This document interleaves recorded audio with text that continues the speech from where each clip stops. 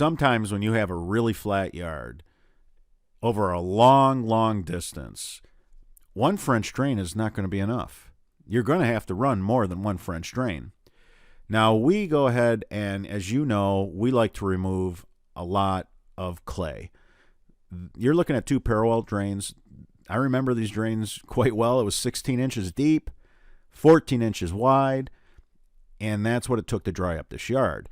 Now, if you would have just went and rented a traditional trencher from a rental store, now that's just a 6-inch wide, trench. You'd have to basically do 4 or 5 of them, yeah, at least five for sure, to equal our French drains. So size does matter in the world of French drains. That's why I don't like the peanut pipe. That's why I don't like traditional 6-inch trenchers that, a feeble old man can kind of muscle them around, and that's kind of cool, I guess, because, it extends their career. But in, all honesty, size matters greatly when it comes to French drain systems. So if you can remove more clay so that you can get more pipe and stone in that trench, it'll dry out your yard much better.